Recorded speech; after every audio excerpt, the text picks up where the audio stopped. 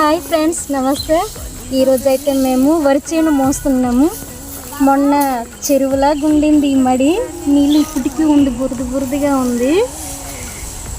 అందుకు చెప్పేసి నలుగురు అయితే మడిలో ఉన్న చేను బయటికి తీస్తున్నారు.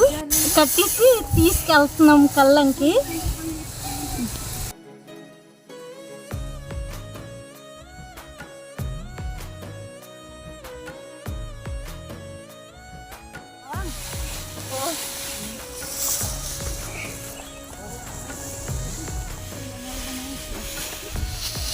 సరే,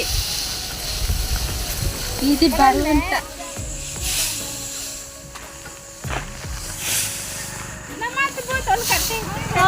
రోడ్డు గందనది.